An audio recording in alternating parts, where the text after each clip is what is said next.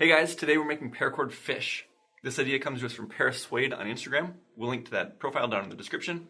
What you'll need for this project is 5 feet of your base color, 2 feet of your secondary color, and I've added a couple inches onto those just so that I have enough room to tie the knots at the end, and then some super glue and a couple googly eyes. Let's dive in. To start off, we want to take our first color, our base color, and fold it in half so that we can find the middle. And we're going to be making a 3-inch long Cobra Braid, or almost. We want 3 inches of our core, and we'll leave a little bit of a tail at the end to attach it to a keychain. So 3 inches. 1, 2, 3. And then we'll start our Cobra Braid right there. Just like in a Mad Max bracelet, we're not going to attach it to a buckle or anything like that. Just tighten it down right there. You can double check your length at this point to make sure it's 3 inches. After you have that first knot tightened down, we'll do the mirror image to complete that first square knot. If you're unfamiliar with square knotting or the Cobra Braid, we have a video on that topic that we'll link in the description. We'll keep on going with this, just alternating back and forth until we have 5 complete square knots.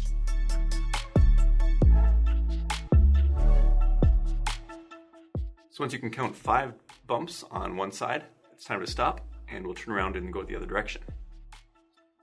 So this is called a king cobra when it's on a bracelet. We're doing it a little bit differently here. Whatever cord went across the top of your braid in the beginning, we're going to use that cord going back as well. So this cord here goes over the top. So we're going to start with that side when we're going back the other direction.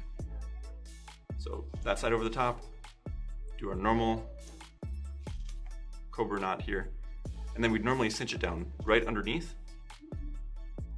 but we're going to skip one knot and tighten it down right here. So that way we have this kind of tapered end to the tail of our fish.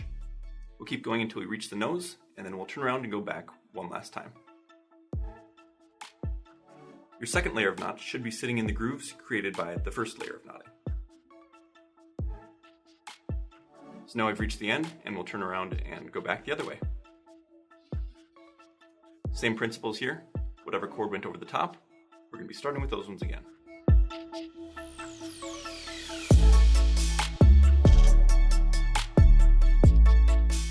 After you've created just a couple knots going back that other direction towards the tail, we can clip our ends and add in our second color.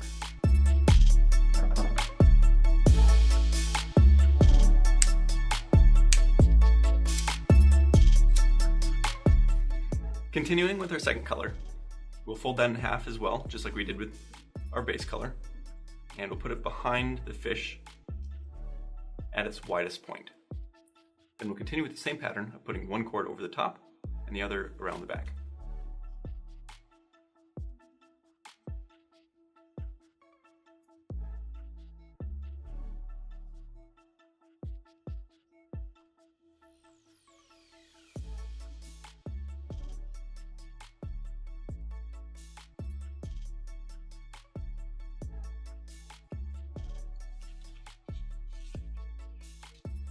Continue making those knots until you have 1 or 2 knots on the tail itself.